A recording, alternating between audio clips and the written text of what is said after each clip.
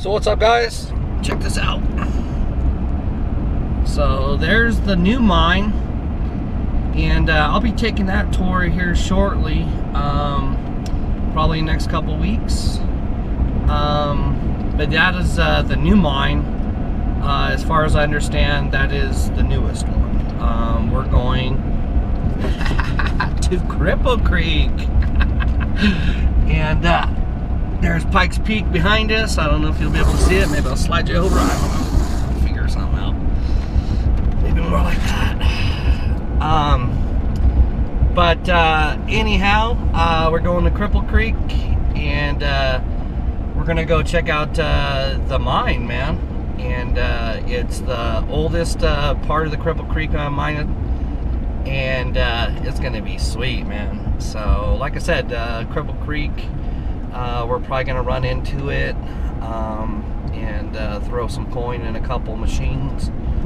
And town of Cripple Creek, man. Woo! It's awesome.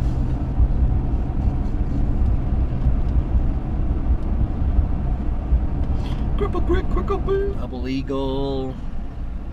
This is downtown Cripple Creek here.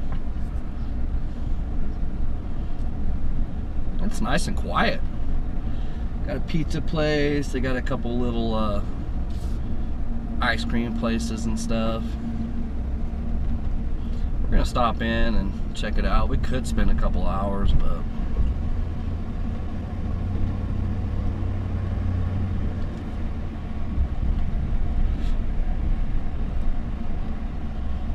I think that's where I usually gamble, is the Grand. I've gone in there.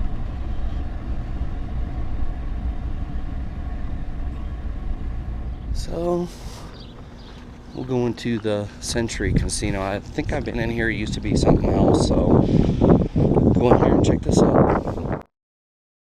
So I went into 3 different casinos and lost my ass on every one of them.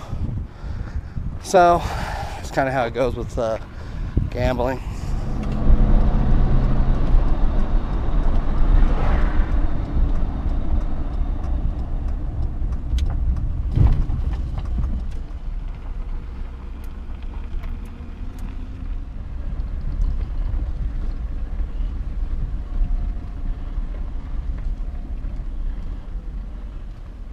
You want to just go in there and face right into this mesh here.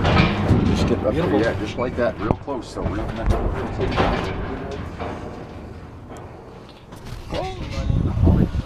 We haul all the rock up out of this side of the shaft, and we also haul the miners and the equipment up and down this side.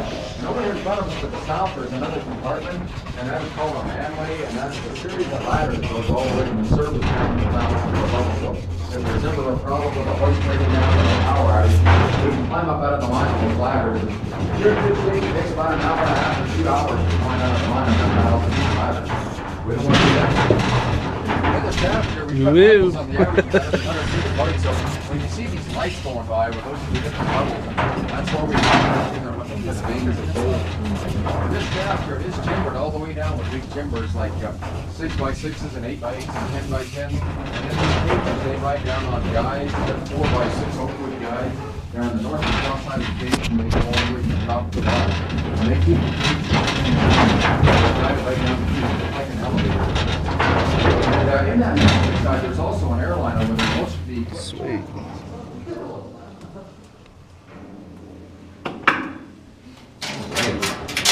There we go. Good. Real good. I think I'm the last one out.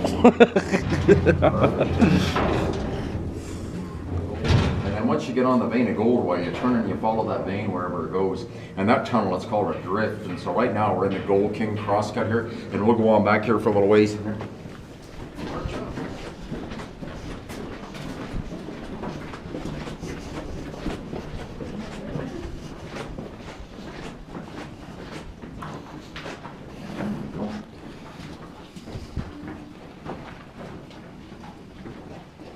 Type of mining down here is referred to as hard rock mining as opposed to like coal mining. as you notice, there's no timber in down here. It's very solid rock. It's Pikes Peak granite, so it takes a lot of drilling and blasting to get this rock out of here. And those old timers back in the 1890s, they did all that work by hand, if you can imagine. So these are the holes that we put in the rock here to put our dynamite in to blast the rock out. And the old timers, they had to drill those holes with sledgehammers and hand steel. And so this small sledgehammer, this is what we call a single jack. And then this is your drill steel here, sometimes called a bowl steel. And you put that up against the rock, and then every time you hit it with that single jack way, you turn it, and that helps to drill the hole up a little more evenly. And this is when you're working alone, you use those tools. But if you had a partner, they got to do what they call the double jacking method. And you can see the guy sitting down on his haunches. He has a piece of drill steel up on his shoulder, and then the guy behind him has the big sledgehammer. And every time he hits that piece of drill steel with that double jack, well, the guy rotates it, and like I said, it helps to drill the hole out more evenly. And needless to say, the guy with the sledgehammer has to have very good aim, because if he clocks his partner in the back of the head with that double jack, they trade off on that job every so often in paybacks, so we don't know about paybacks. And the other complication they had here back in the 1890s is they were working by candlelight, so each miner was allowed 3 candles at the beginning of his shift, and so between the two of them, they'd have 6 candles to last the entire day. And to give you an idea what that's like, so if you can imagine trying to hit that piece of drill steel in this kind of light, why again, you had to have really good aim for sure. So sway here.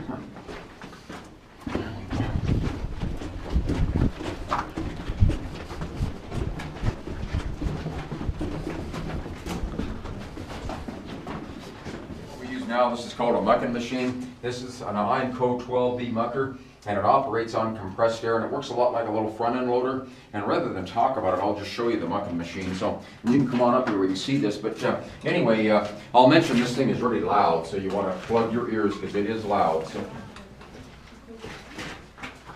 but this is how we do it now. It just makes the job go a lot faster and a lot easier. So.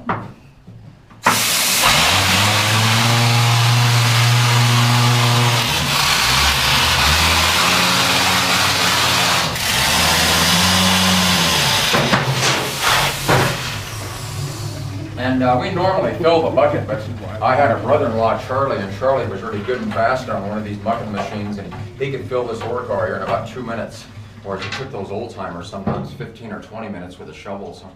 And this tunnel here continues on over to the Gold King mine, and there were over 500 working gold mines here within 24 square miles at one time, and they're all pretty well interconnected down underground, and we connect the mines together for a lot of different reasons, for ventilation, so we get good airflow through here, and then also for water drainage and for safety. If you get trapped in one mine, well, you can walk out to another mine and get out on that other mine.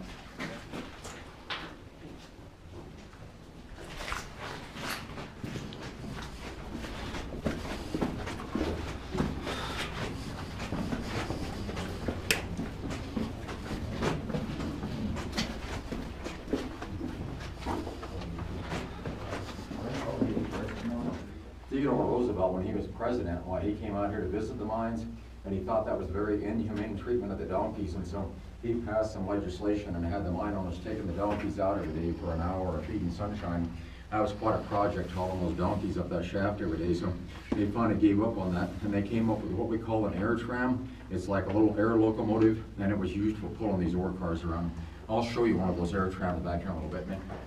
But in the small mines, we still push these around one at a time by hand, 1 or 2 miners. So, and I should mention at today's gold price, if we can find 1/4 of an ounce of gold in a ton of rock, we can make a profit at that. And so this is 1 ton of muck here, and 1/4 of an ounce of gold will be about the size of this dime. So if we can find that amount of gold in this 1 ton of rock, we can still make a profit. Get away from those sledgehammers and hand steel, and so they came up with these pneumatic drilling machines. These, of course, operate on compressed air, and they work a lot on the same principle as like a little jackhammer you see out there in the street. And so this machine, it's called a drifter, is used for horizontal type drilling, and it's on this threaded screw type device that moves the machine in and out, and that threaded part in there is about 2.5 feet long. So with this machine, you did have to switch out the drill steel. You'd start off with the shortest one there, what they call a starter steel, and you drill the hole back in the rock 2 foot deep, and then you switch to the 4-foot steel, drill it in 4 foot, and then you switch to the 6-foot steel and drill it in 6 foot. So when you're finished, you have a hole about 1 inch in diameter and 6 foot deep. And this is a very old machine. It's very heavy and awkward. It weighs about 200 pounds. And every time you want to drill a new hole, you have to move it up and down on that column and side to side. So it was pretty much a 2-man operation, but it sure beat using sledgehammers and hand steel. And I'll go ahead and show you the drifter here. And this thing's really loud too, so you may want to plug your ears because it's loud. So, but this is how we drill the hole. So here we go. that's enough of that. It both hammers that drill steel in the rock and rotates it, and it drills a hole out pretty quickly. And like I say, the purpose of drilling those holes into the rock is to load our dynamite in. And so this is called a round here. This is a 23-hole round. And the way this works is right here in the center. These 5 holes drill the hole back, and they're 6 foot deep in about 2.5 or 3 minutes. So, and I'll go ahead and show you the jack leg. This thing's loud too, so you want to plug your ears. It is loud. So.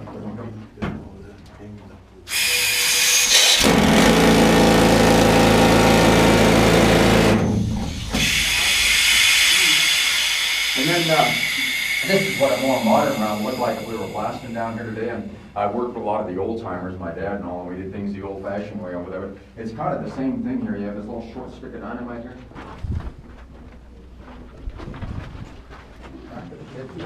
Anyway, this is one of the veins of gold here on the Mollie Kathleen, and it's not exactly like what you see on TV, but that's the vein going right up through there with my light indicator, a gold-bearing ore. Anytime we find that purplish rock like that, well, there's usually gold with it. And if you have any doubt about it, well, you take a little grab sample. Some of those from Cripple Creek and Victor, this district, and one time it was all a big volcanic gold, and when that volcano exploded, why, it cracked and fractured the solid granite. And then the gold and the silver were brought up from way down in the depths of the earth and forced up into those cracks and fractures, along with other molten rock from all the heat and the pressure of that volcano. And as things began to cool off, the gold and silver and the molten rock re-solidified in those cracks and fractures. And that's how the veins were formed in this area. And most all the veins in this district, they run vertically. We very seldom ever find a vein of the gold ore lying on the horizontal. So on these vertical veins,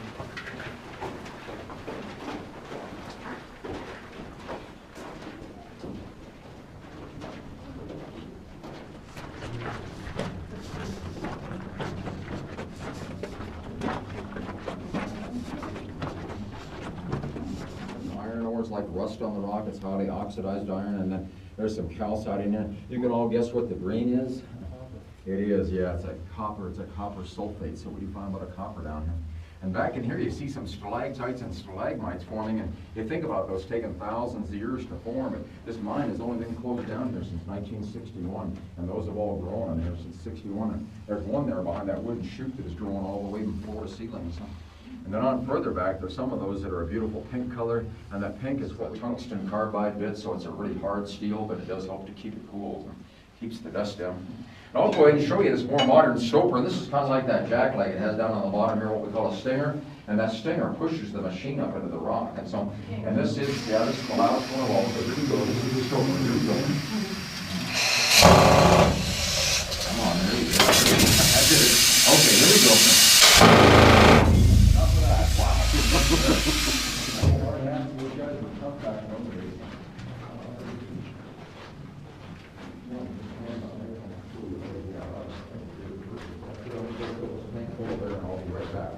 You've heard that before. I'll be back. Over ahead here, you can all kind of figure where you see this, but anyway, this is one of the richest veins of gold on the Mollie Kathleen mine. They mined this vein of gold out of through here for about 800 feet from this 1,000-foot level back up to the 200-foot level. And I'll go ahead and turn the light on. This will give you a good idea what stope mining is all about. Yeah, so they mine from this level up to the 900-foot level, and then from the 900 up to the 800-foot level, they just keep mining up on that vein of gold until it plays out up there. And to go to work every day, that's fun.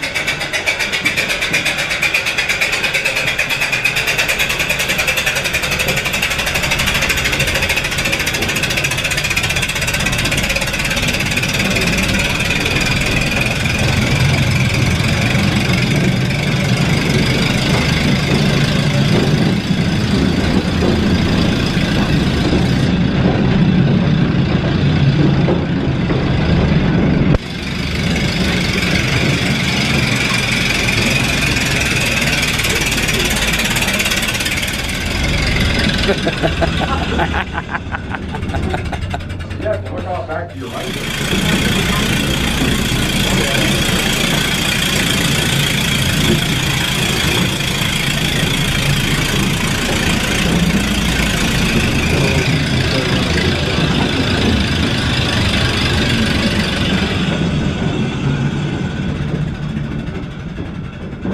Had the mine tour at that time. They wanted to connect all these tunnels together down here and make this more of a circular tour. And so we put this little drift in there to accomplish that for him. And we were in a vein here, and so right above our head here is that vein. And in the Mollie, they call this the silver vein because it runs a lot more silver than gold. It runs about 25 to 30 ounces of silver per ton and about 2 ounces of gold per ton. But when they start mining down here again, well, this is one of the veins that come here and mine out for sure. So we can go on back this way here. And Nick, when we were doing this little project, we didn't have any track in here, and so we had to move the rock out of here with wheelbarrows, and it took us a little while. Oh boy. We call that job security.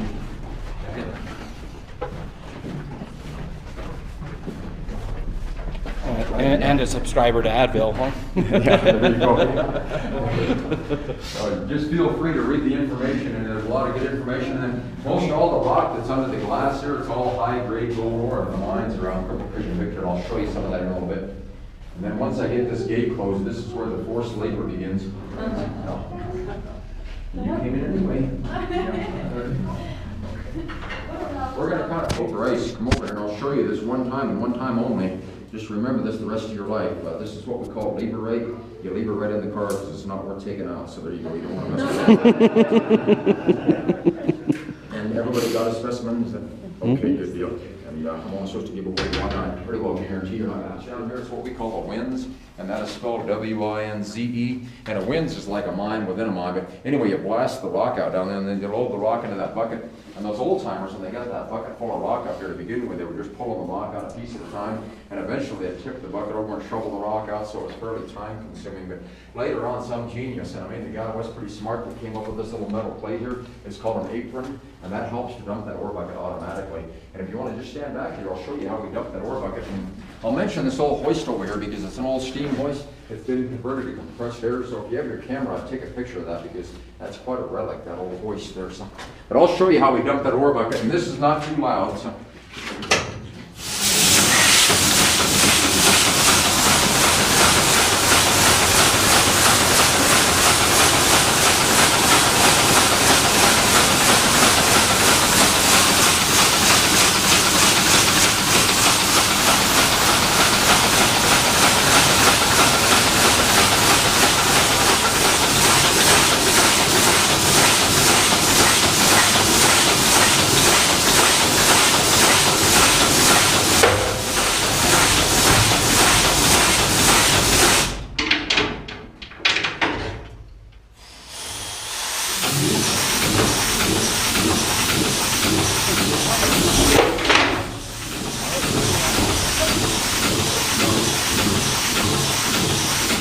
How that apron picks up that chain on the bottom of the bucket and then just tips the bucket over and dumps the rock out. So a pretty clever idea, whoever came up with that. I'll go ahead and pick it back up again now.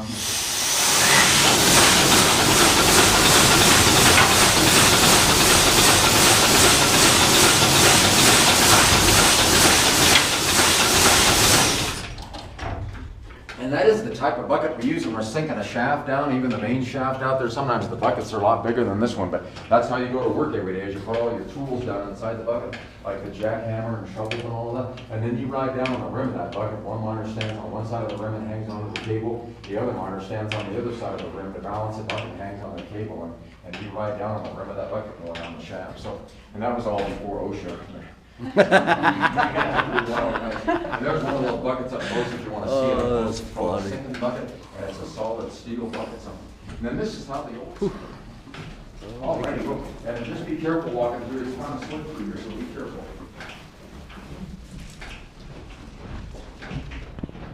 And this is another one of those graphic shoots we set up at the bottom of the Stope. And after that's all the mines paper time. And people ask us if there's any gases down in the mines there. We don't have any methane nor explosive gases like they have in the coal mines, but we do have a condition down here called bad air or dead air, and it is carbon dioxide. And when the barometric pressure is really low, that carbon dioxide, it comes into the mine and it replaces the oxygen in the air, and it's heavier than oxygen, so it fills up the mine. That's why you wanted to get us out of here, so this is what the hoistman here is up on top. So